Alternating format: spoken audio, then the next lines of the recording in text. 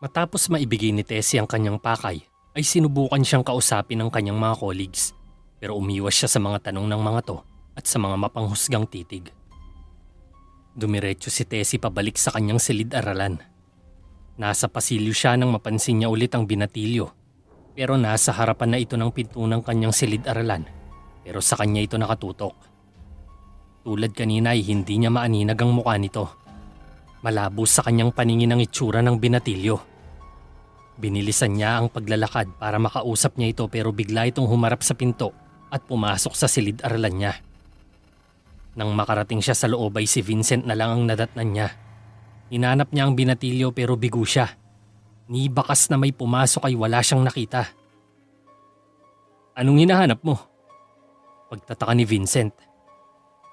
"Nakita mo ba ang batang pumasok dito?" Seryosong tanong ni Tessie. "Ha? Bata? Wala namang pumasok dito." Nagtatakang sagot ni Vincent. "Sure ka? Di mo napansin?" Tanong ulit ni Tessie. "Tessie, malalaman ko naman kung may tao dito. Ang tahimik dito. Kaya kahit ihip ng hangin ay dinig ko. Anyway, nakahanda na ako ng lunch natin. Nag-order kasi ako kanina sa labas. Kaka-deliver lang din. Baka yun siguro ang nakita mo kanina." Sagot ni Vincent. "Ay, siguro nga. Teka, ano ba in-order mo? Ayoko ng karne ha." Sambit ni Tessie. "Ay, patay. Fried chicken pa naman ang in-order ko." Sabay kamot sa ulo ni Vincent. Sige pero half lang kakainin ko niyan." Wika naman ni Tessie. "Ba, nagpapaseksi ka yata." Biro pa ni Vincent. Syempre ayokong tumaba no?" Nakangusong sabi ng babae. "Baka mas manggigil pa ako sa'yo niyan." Wika ni Vincent.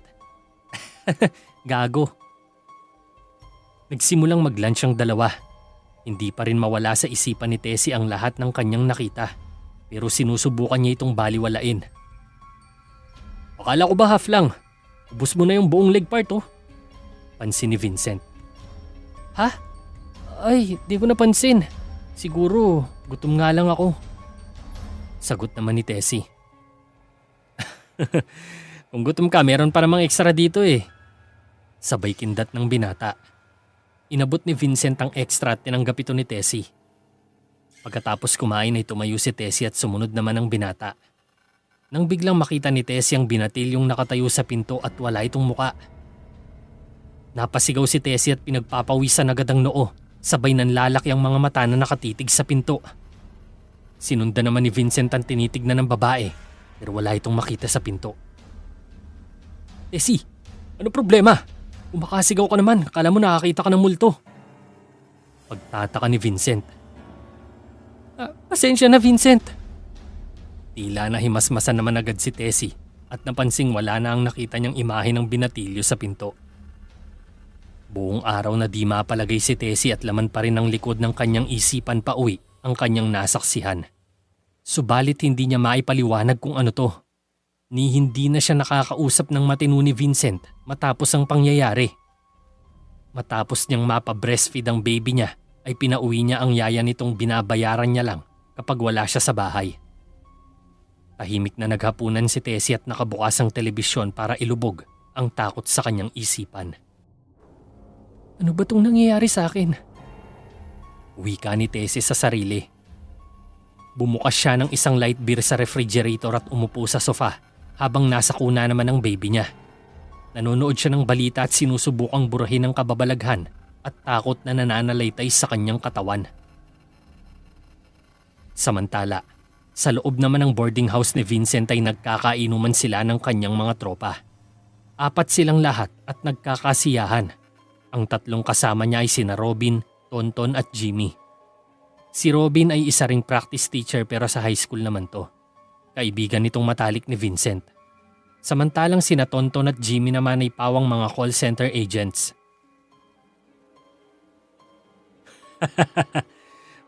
Ina, nakasawsaw ka na naman sa syota mong sugar mommy paring Vin. Sabay tawa ni Robin. Siyempre, mahirap na, baka lumamig pa. Kumpiyansang sagot ng binata. Paano yan? Hindi ba sabi mo, uwi na sa 1 linggo ang mister niya? Tanong ni Robin. No problem pare, pumayag na si Tessie na hiwalayan niya ang asawa niya. Wika ni Vincent. Os, di nga.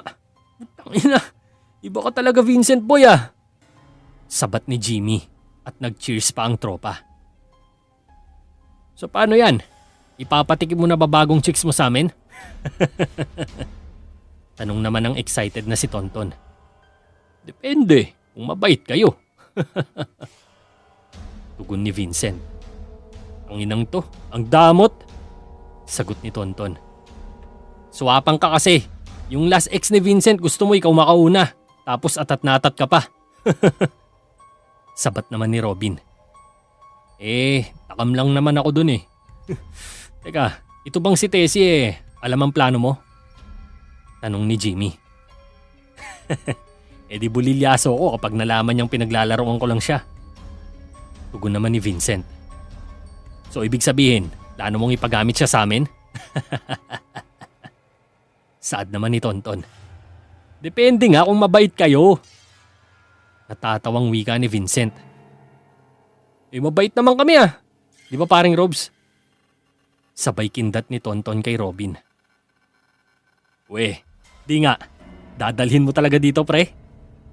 Wika ni Robin. Oo, ako nang bahala. Basta relax lang kayo. Kumpiyansang sagot ni Vincent. Ikaw Robin, may nadiskartehan ka na ba sa junior high? Ang ina baka puro ka lang porma ah. Kantsaw ni Jimmy. Ulul, may isa akong kontak ngayon. Estudyante pre, 15 pa. Sagot naman ni Robin. Oh, kontak pa lang? Wala pang tikim? Sabay tawa ni Jimmy. Hindi pa pare pero malapit na. Patuloy sa pag-uusap ang magbabarkada sa masamang balak nila kay Tessie. Ayan ka na naman eh. Sa huli palyado ka rin. Buti pa ako nakakadali agad. Biro naman ni Tonton. Ina neto puro kalokohan eh. Basta pabayaan nyo na ako. Diskarte ko na yon. Itong kay Vincent talaga astig kasi palaban. Di ba pre? Teka, magkano ba damage natin dyan? Wika ni Robin. 5,000 lang pre. Sagot ni Vincent. Ang mahal naman? Wala bang discount? Tanong ni Tonton. Hago, isipin mo nga. Saan ka makakahanap ng professional? Sure na sure di pa gamit yun at malinis. Tsaka overnight nyo naman matitikman. Kaya minimum ko sa kanya 5K.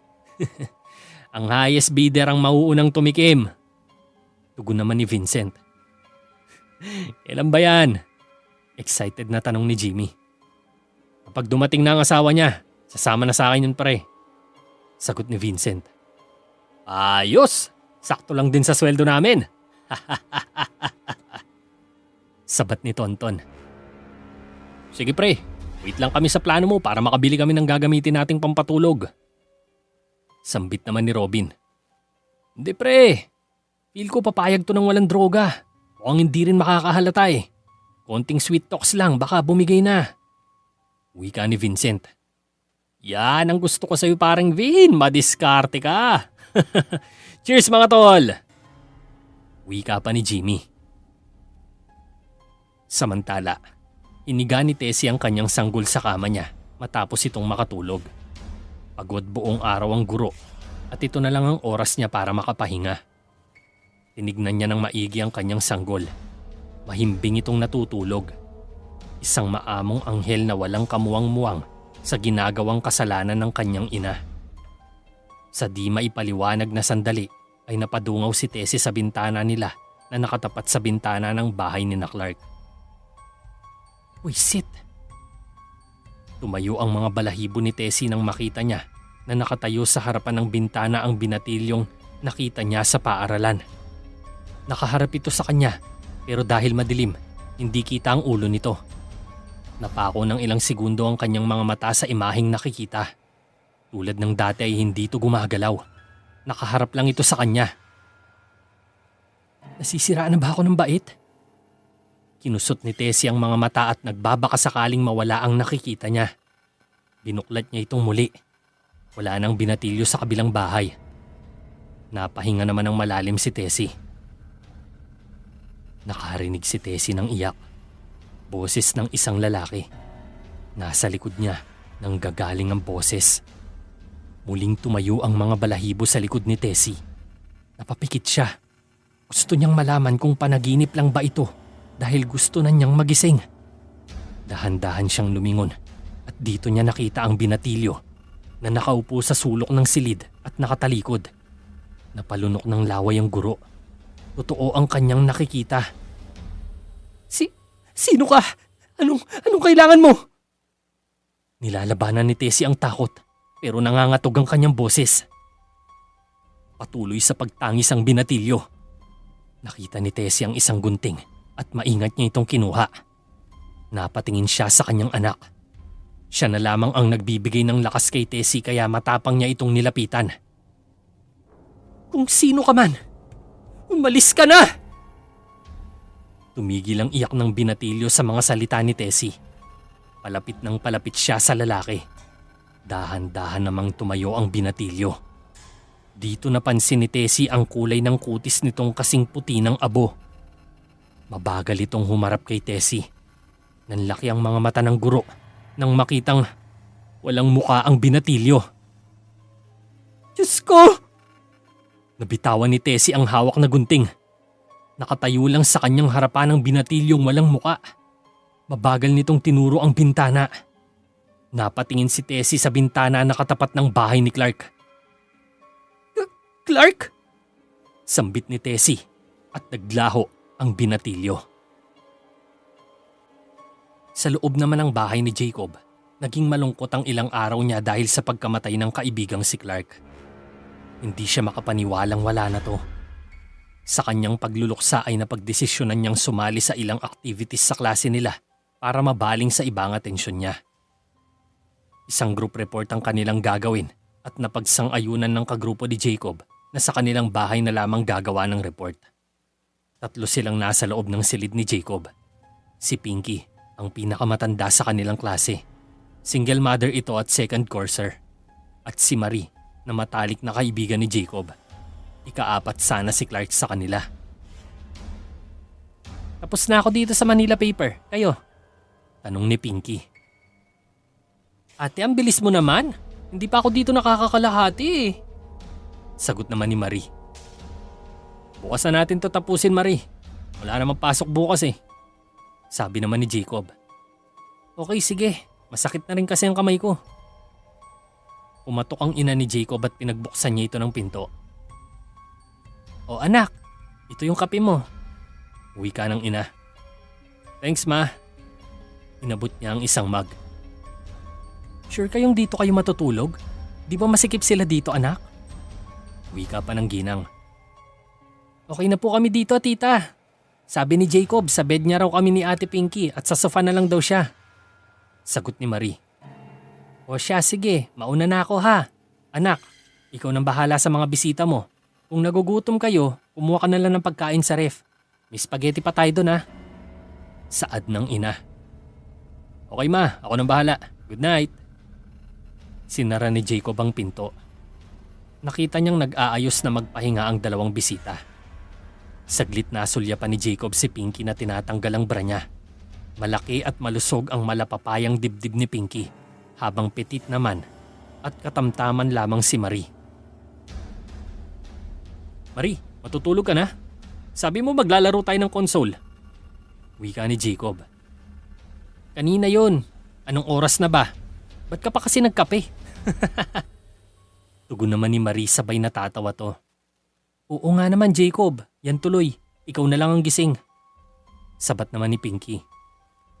Di kasi ako sanay na di nagkakape sa gabi. Pamparelax ko kasi to. Tugon naman ni Jacob. Okay, sabi mo eh. Sige, matutulog na kami Jacob. Good night. Tinuon ni Jacob ang sarili sa paglalaro ng console niya pero nakasilent ang volume. 2 oras na siyang naglalaro nang mapatingin siya sa 2 bisita. Napansin niya ang mahimbing na tulog ni Pinky habang nakaside position nito sa kama. Nakasuot lang ito ng maiksing shorts at kitang-kita ang kinis ng kanyang balat. Napalunok ng laway si Jacob. Tinignan naman niya si Marie na balot ng kumot ang buong katawan dahil sa aircon. Di mapakali si Jacob. Sa kanyang isipan, gusto niyang lapitan si Pinky at kumutan ang makinis nitong hita. Papunta sa bewang at para hindi ito malamigan. Pero nag-aalangan siya, baka iba ang maisip ni Pinky sa kanyang gagawin. Bagamat malamig sa silid ni Jacob, pinagpapawisan naman siya sa kaka-imagine ng kung ano-ano. Di tuloy siya makapag-focus sa paglalaro. Hindi na natiis ni Jacob ang antok. Pinatay niya na ang TV at console at humiga na lang sa maliit na kamang nilatag niya sa paanan ng queen-size bed niya. Sa halip na sa sofa ito pumwesto, sa ibaba ng kama na lang siya humiga. Nasa paanan siya ng dalawang babae. Kaya nang dumungaw siya sa ibabaw ng kama habang nakadapa, ay una niyang nakita ang makinis na hita ni Pinky. Nagkibit balikat na lang si Jacob at umiling. Binalot niya ng kumot ang sarili at natulog na. Kinabukasan, matapos magising ni Tessie ay dumungaw siya sa bintana at nakita niya ang nanay ni Clark na naglilinis. Nakita niyang tulog pa ang baby niya kaya bumaba siya muna para kausapin ang ginang. Pagkalabas niya ng gate ay nilapitan niya to. Napangiti naman ang ina ni Clark nang makita siya. "Hello po tita, good morning." Bati ni Tessie. "Oh, hi Tessie. May pasok ka ba ngayon?" Tanong ng ginang. "Wala po tita," sagot naman ni Tessie. "Kamusta ang baby mo?" Tanong ulit ng ginang. "Okay naman po. Kayo po, kamusta po kayo?" Nawala ang ngiti ng ina ni Clark. "Ito, hirap pa rin tanggapin ang lahat. Napakabait ng anak ko, Tessie. Hindi ko alam kung ano bang naging kasalanan ko sa Diyos kung bakit niya inagawang anak ko." Sinilip ni Tessie sandali ang maliit na lamay sa loob ng bahay at ang kabaong na nakadisplay. Konti na lang ang nakikiramay dahil magdamag ang mga itong nanatili sa bahay. "Huwag niyo pong isipin ng ganyan tita. Ibayan niyo po ang loob niyo," wika ni Tessie. "Salamat iha. Gusto mo pang magkape muna? Nagpabili ako ng pandesal." Alok ng ginang. "Okay na po ako tita. Actually, napunta po ako dito kasi may tatanong lang po sana ako." Sambit ni Tessie. "Ano yun iha?" Taka ng ginang. Wag po sana kayong magagalit. Pero minsan po kasi may nakikita akong binatilyo. Nakasuot siya ng puting damit at maikling shorts. Una ko siyang nakita sa paaralan. Tapos kagabi naman, nakita ko siya sa bintana ng kwarto ni Clark." Natigilan ng nanay ni Clark. Tumingin muna siya sa paligid at sinara ang pinto. Lumapit ito kay Tessie. "Nakikita mo rin siya?" Bulong nito. Napalunok ng laway si Tessie at tumango. "Hindi ko maipaliwanag, Tessie. Pero minsan may nagpapakita rin sa akin. Inisip kong namamalikmata lang ako dahil sa pangungulila ko sa anak ko. Pero ngayong sinabi mong nakikita mo rin siya, inisip kong totoo nga ang lahat. Nakita mo ba ang itsura niya?" Seryosong tumingin ang ginang sa mga mata ni Tessie. Yan nga po ang kinakatakot ko tita. Kasi nakita kong wala siyang muka." Sagot ni Tessie. "Diyos ko." Napatakip ng bibig ang ina ni Clark at napaluha. "Ganon din po ba ang nakikita ninyo?" Tanong ni Tessie at tumango ang ginang. "Ano kaya kung magpatawag kayo ng isang espiritista?" Mungkahi pa ni Tessie. "Hindi ko alam iha. Hindi kaya ang anak ko yon? Ano ba ibig sabihin ng mga nakikita natin?" Naguguluhang tanong ng ginang. "Isang espiritista lamang pong makakasagot niyan tita." Tugon ni Tessie. "Siguro nga. Pero di ko magagawa yon habang nandito sa bahay ang bangkay ng anak ko. Hindi ko kaya." Wika naman ng ginang. "Okay po. Kapag nailibing na siya, maghahanap po tayo." Saad ni Tessie. "Sige iha." Sagot ng ina ni Clark.